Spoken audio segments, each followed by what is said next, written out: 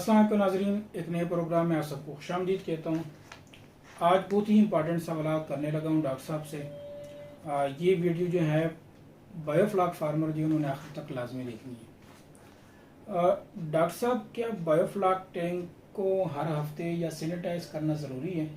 एक साहब हैं जो कि यूट्यूब पे कह रहे हैं कि आपने हर हफ्ते सैनिटाइज करना है, इसके बारे में आपका क्या ख्याल है?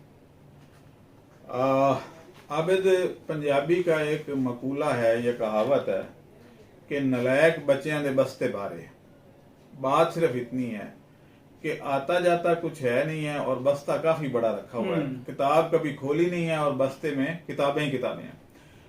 आप खुद सोच लें कि जो बायोफ्लॉक का नाम है वो है क्या। बायोफ्लॉक मीन के का मतलब ये है कि आपने उसमें जिंदा, फ्लॉक का मतलब होता है कॉलोनी, जिंदा कॉलोनी बनानी है। अब बायोफ्लॉक बेसिकली हम कहते हैं कि जी इसमें बैक्टीरिया डालें और उसकी जिंदा जो कॉलोनीज हैं वो बनाएं। अब अगर सैनिटाइज कर देंगे तो वो तो फिर बायोफ्लॉक तो नहीं रहेगा, बिल्कुल वो सारा मर जाएगा। आपके इल्म में होना चाहिए कि सैनिटाइज करने का मतलब ये है कि तमाम बैक्टीरिया को मार देना। ठीक है, बैक्टीरिया और वायरस भी कुछ इसमें मर जाते हैं। अब जब आप सैनिटाइज करते हैं तो तमाम बैक्टीरिया जब मर जाएंगे तो होगा क्या, फिर जो आपने बायोफ्लॉक बनाया हुआ है वो भी मर जाएगा। और वो क्योंकि प्रोटीन होती है तो वो जो बैक्टीरिया हैं उनसे अमोनिया बन जाएगा। यानी प्रोटीन जब डिकम्पोज होती है तो उससे अमोनिया बनता है। तो वो अगर आपकी मछली वैसे सेहतमंद भी है तो जैसे ही सैनिटाइज करेंगे तो वो मर जाएगी। बिल्कुल। तो इसलिए ये हरकत मत करें।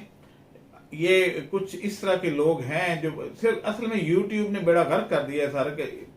यानी एक जो अच्छे लेवल का प्रोफेसर था और उसके मुकाबले में वो नूरा मुसल्ली आके बैठ जाता है, कहता है जी कि वो ये कर दें, मैं बहुत एक्सपर्ट हूं, और यूट्यूब उसको भी उतना ही हक देता है कि भाई आप भी अपना मौकफ दे दें। तो लेकिन ये है कि ये काम तो फिर आप लोगों का है ना कि आप लॉजिक से समझें। बिल्कुल। तो लिहाजा बायोफ्लॉक में आप हर हफ्ते सैनिटाइज करेंगे तो नुकसान करेंगे, मछली मर जाएगी। दूसरा ये है कि हर एक हफ्ता लगता है तकरीबन बायोफ्लॉक बनने में। बिल्कुल। और हर हफ्ते सैनिटाइज करेंगे तो फिर तो ये कभी भी नहीं बन पाएगा। तो इसलिए ये इस तरह की वीडियो को निगेट कर दिया करें। अच्छा डॉक्टर साहब, आप पंगाशिस फिश जो है वो खरीदते हैं, आप बताएंगे ये किस रेट पे जाएगा? जी, हम अभी जो पंगाशिस खरीद रहे हैं वो खरीद रहे हैं 500 रुपए, हमने होटल वालों को देनी है। अब होटल वाले हमारे से 500 रुपए किलो उठा रहे हैं जिंदा। तो अब उसमें हम फार्मर से जो ले रहे हैं उसी पे तो थोड़ा सा खर्चा जो दरमियान में आता है, लेबर पकड़ने की, गाड़ी में डालने की, ये वो फार्मर के जिम्मे होती है, बजीमा फार्मर होती है। और उसके बाद आगे का सारा प्रोसेस जो है, मसलन उसकी जो पेट चाक करना है, उसमें से जो अंदर के विसरल ऑर्गन्स हैं वो रिमूव करने हैं, सर काटना है, उसके फिन्स काटने हैं, उसकी स्किन उतारनी है, फिले बनाने हैं। यानी तो वो फिले जो हैं वो होटल वाला खुद बनाएगा, क्योंकि ये फार्मर अभी इतना ट्रेंड नहीं है हमारा।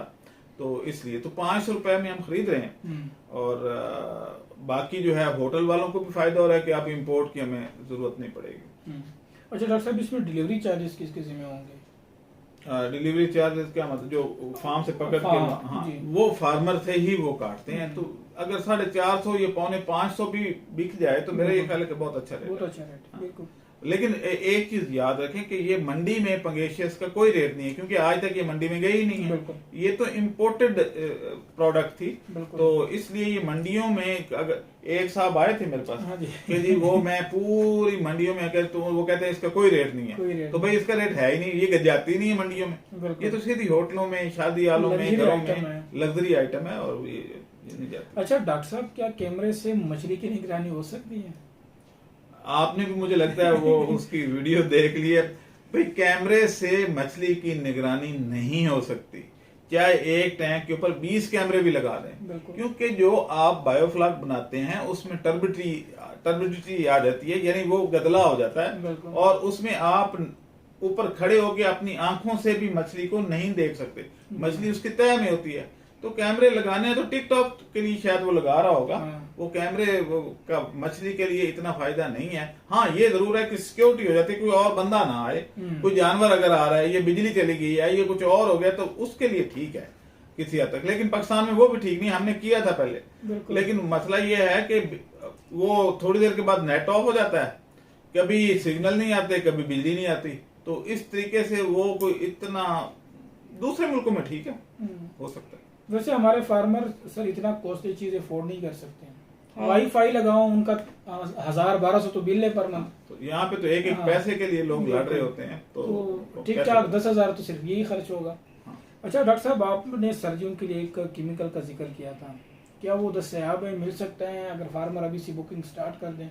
जी, वो केमिकल हमारे पास मौजूद है। अब सर्दियों में मछली पालना कोई मसला नहीं है, वो हमारी अपनी रिसर्च से है और हम उसको इंशाल्लाह अपने जितने भी फार्मर हैं उनको सर्दियों में वो डलवाएंगे और उससे सर्दियों में मछली पालना बहुत आसान हो जाएगा, यानी वो सर्दियों में भी ग्रोथ करेगी।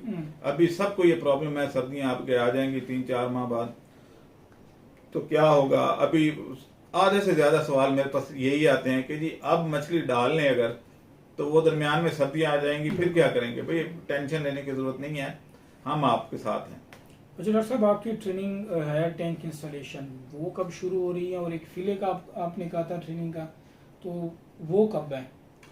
जी बिल्कुल, जो टैंक इंस्टॉलेशन की ट्रेनिंग है वो 2 बैच तो हम फारिग कर चुके हैं, यानी 2 बैच हमने जो इंडक्ट किए थे वो, उसमें से एक को हमने डिप्लोमा भी दे के रवाना कर दिया, दूसरे फारिग होने वाले। तो हर हफ्ते हम तकरीबन 5 से 10 लोगों को लेते हैं और उनको सिखाते हैं, हर जिले में जाके वो अपना रोजगार बना रहे हैं। बिल्कुल। तो अगली भी ये मुसलसल एक अमल है और ये चलता रहेगा जहां तक उसका है फिले बनाने का।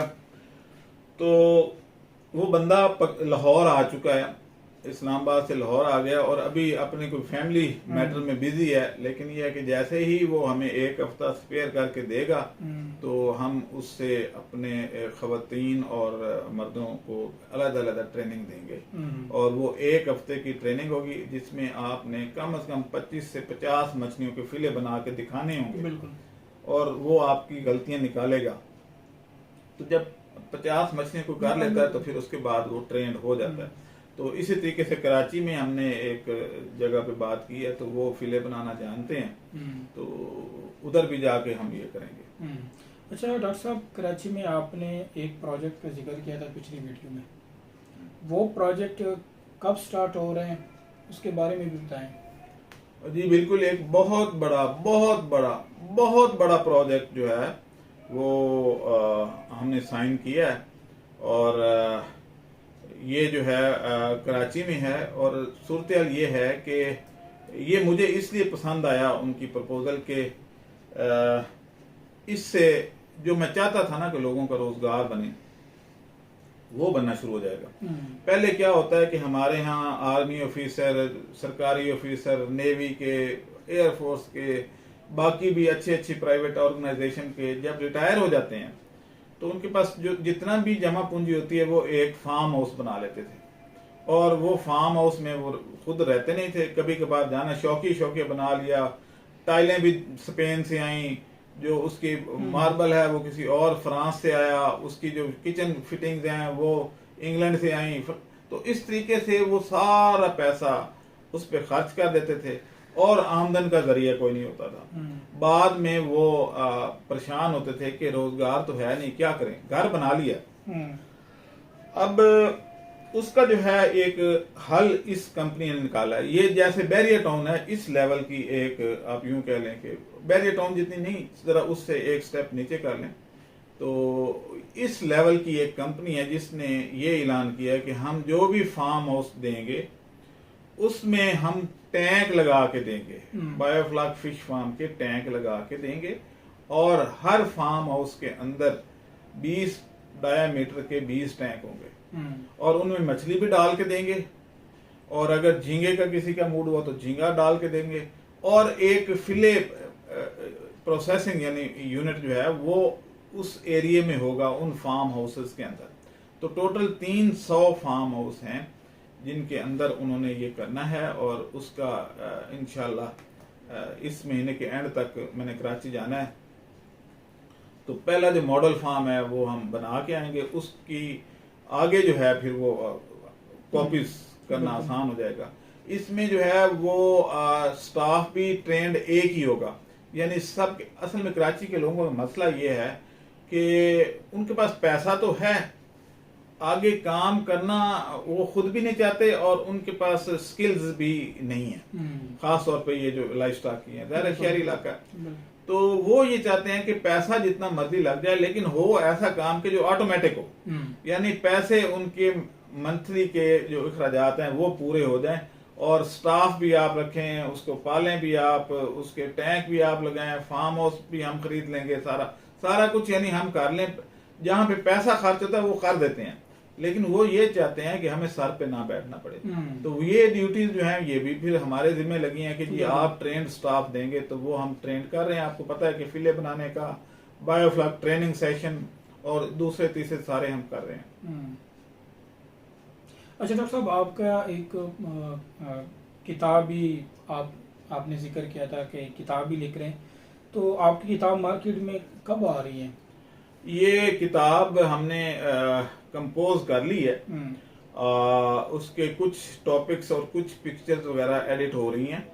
इसमें हमारे एक दोस्त हैं जो कि रायमंड में होते हैं, और वो काफ़ी काविश कर रहे हैं कि इसको जल्द अज जल्द लॉन्च कर जाए, और ये बायोफ्लॉक पे पाकिस्तान की पहली किताब होगी। और इसमें कोशिश ये कर रहे हैं कि हर एस्पेक्ट पे बात की जाए, और इस तरीके से जो है वो, यानी जो बंदा किताब खरीदे वो उसके पास कंप्लीट नॉलेज आ जाए।